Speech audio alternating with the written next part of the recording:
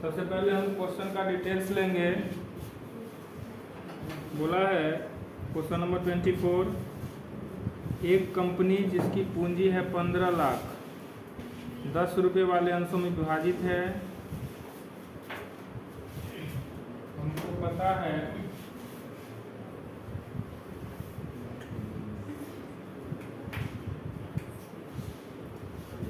Number of share बराबर क्या होता है, जितना पूंजी है बच्चे उसका वैल्यू। पूंजी कितना था 15 लाख, वैल्यू कितना 10 रुपीज, यानी नंबर ऑफ शेयर कितना निकल के आ गया 1,50,000। बोला है उसमें से 1 लाख अंशों को इशू किया। भले ही 1.5 लाख मेरे पास शेयर था, लेकिन हमने इशू कितना किया,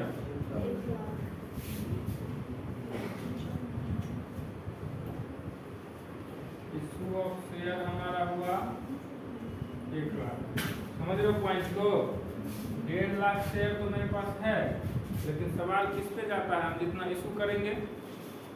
फिर आगे बोला है आवेदन पे 1 रुपया, आवंटन पे 2 रुपया, प्रथम याचना पे 3 रुपया और अंतिम याचना पे 4 रुपया। ठीक है, अंतिम याचना पे 4 रुपया। Application 1 rupees, allotment 2 rupees, first call 3 rupees, second and final call 4 rupees. ये शेड्यूल हो गया। आगे हम क्वेश्चंस देखते हैं। 90,000 अंशों के लिए आवेदन आए यथाविधि आवंटित, आवाज नहीं करो कोई, आवंटित किए गए सभी राशियां प्राप्त हुई। सिर्फ एक अंशधारी जिसके पास 200 अंश थे अंतिम याचना का भुगतान नहीं किया, इसके अंशों को जब्त किया और फिर बेच दिया। तो फाइनल कॉल नहीं दिया है ना, यानी कि उससे पहले सारा प्राप्त है। तो फर्स्ट कॉल तक कोई इशू नहीं है। फर्स्ट कॉल तक जैसे हम बनाते थे वैसे बनाएंगे सवाल को। ठीक है, ध्यान रहे भले ही हम 1 लाख शेयर इशू किए, लेकिन इसमें से जनता ने कितना सब्सक्राइब किया हमारा, खरीदा 90,000, तो सवाल किस पे जाएगा 90,000 शेयर पे जाएगा। चलिए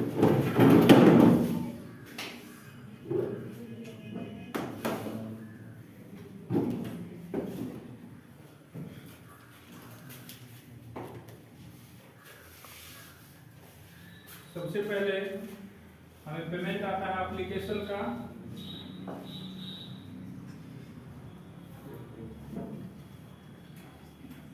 bank account debit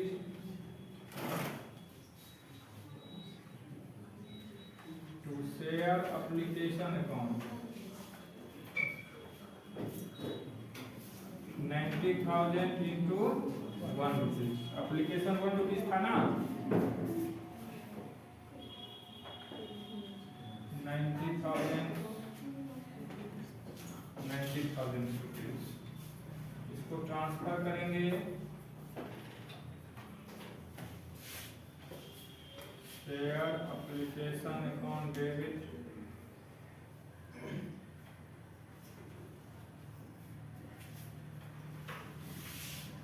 to share capital account.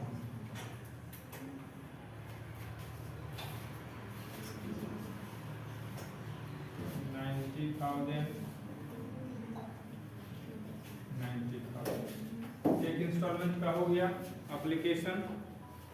अब किसका मान होगा share allotment on debit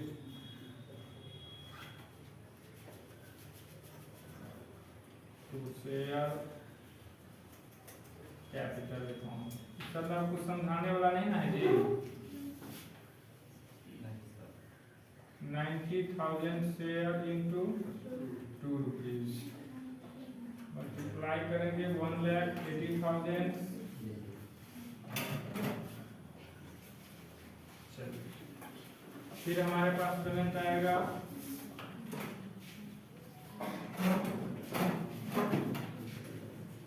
bank account debit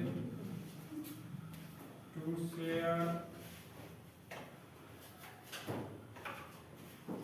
allotment. दो किस्त हो गया। तीसरा होता है share first call.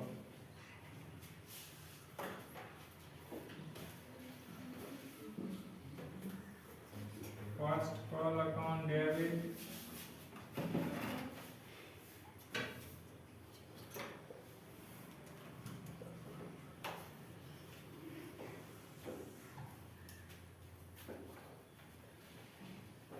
$90,000 share into 3। अच्छा, इसका अमाउंट छूटा हुआ है। पूरा पेमेंट आया था ना, बकाया तो सिर्फ फाइनल कॉल पे था। 2,70,000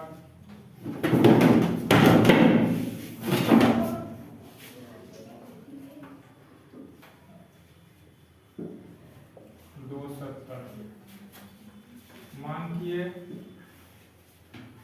मेरे बैंक अकाउंट में पैसा आ जाएगा फर्स्ट कॉल का भी। बैंक अकाउंट डेबिट टू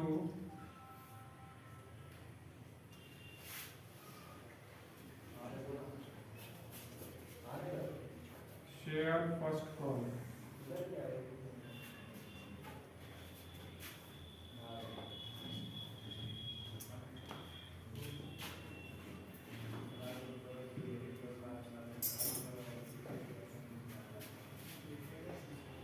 हो गया तीनों किस्त का। एक सेकेंड रुको, थोड़ा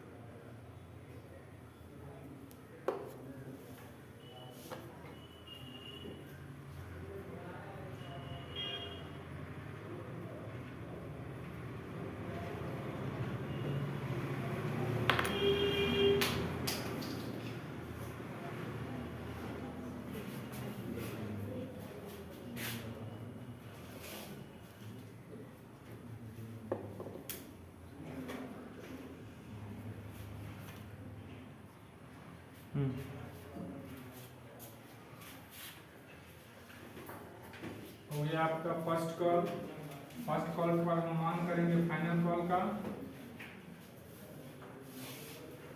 second and final call account debit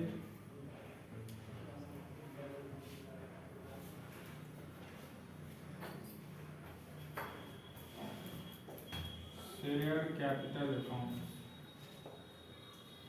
90,000 share, 4 rupees पर शेयर, 360, 3,60,000 मैंने मान किया। मेरे पास पेमेंट आएगा bank account debit to share second and final call account. सवाल में बोला था एरियर के बारे में, 200 शेयर नहीं दिया था ना, ये ना था जी। 200 शेयर बोला था, फाइनल कॉल पे नहीं दिया। फाइनल कॉल का दाम कितना है? 4 रुपया। तो 800 रुपया मुझे नहीं प्राप्त हुआ। इसमें से 800 कम आएगा तो आएगा कितना? 3,59,200। 3 लाख, समझ रहे बात को? 800 हम उसमें से काट लिए चलिए, ये हो गया आपका चारों किस्त का एंट्री। इसके बाद अब इसमें बनेगा जब्दी और री इशू का। इसके लिए थोड़ा कैमरा को डाउन कर देते हैं।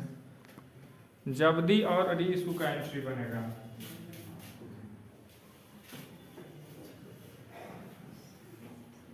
वैसे तो एग्जाम में इतना लंबा नहीं पूछता है, लेकिन क्वेश्चन है तो हमको यहाँ करना पड़ेगा। चलिए, जब्दी के टर्म में क्या होता है, शेयर कैपिटल को डेबिट करते हैं, लिखेंगे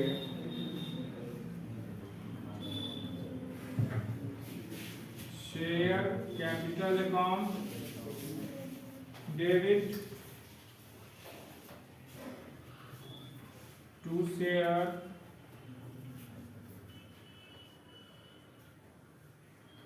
फॉरफिटेड अकाउंट। आपको पता है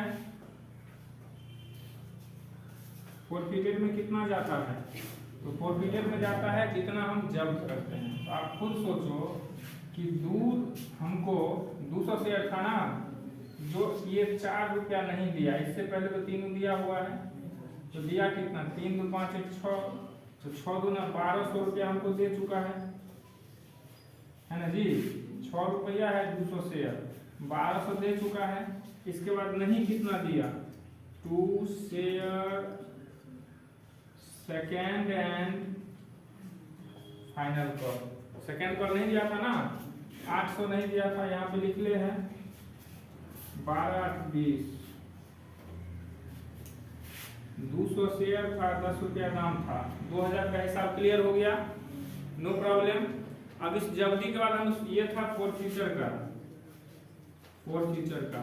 इसके बाद किसका एंट्री बनेगा, रीइशू। रीइशू में क्या करते हैं, हम इस शेयर को, जो 200 शेयर को अभी जब्त किए हैं, उस शेयर को फिर से बेच देंगे। क्या करेंगे हम उस शेयर को, तो फिर से बेचेंगे, तो उसका एंट्री क्या होगा, तो बेचेंगे तो मेरे पास पैसा आएगा,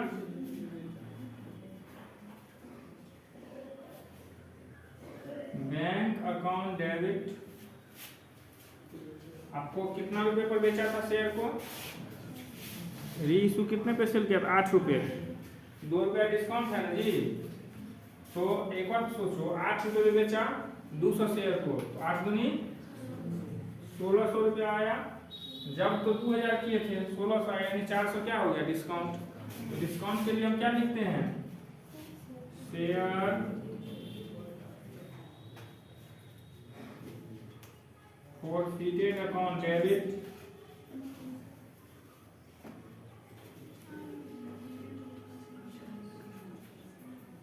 टू शेयर कैपिटल अकाउंट। पूरा शेयर इशू किया था ना जी 200, और कुछ नहीं, हाँ ठीक है। देखिए 8 रुपये की दर से 200 शेयर को बेच दिया, 8 दूनी 1600 आ गया हमारे बैंक में। डिस्काउंट हमने कितना दिया, 400, टोटल कितना हो गया, 2000। अब हमें ये भी देखना होता है कि हमको, हम फॉरफिटेड पे कमाए कितना, 1200, फॉरफिटेड को डेबिट कितना किए, इनकम हुआ 1200 और खर्चा हुआ 400, तो 800 मेरे पास बचा हुआ है ना। तो रीइशू के टाइम में जो बैलेंस बच जाता है उसे हम भेजते हैं कैपिटल रिजर्व में। कहाँ भेजते हैं, यानी कि एंट्री बनेगा share forfeited account debit to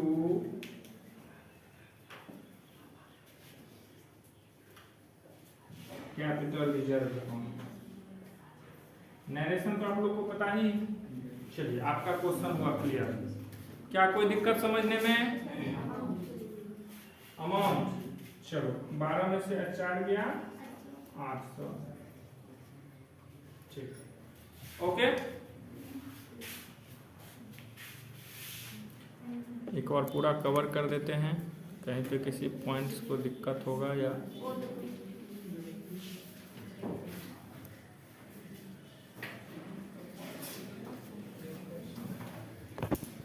चलिए।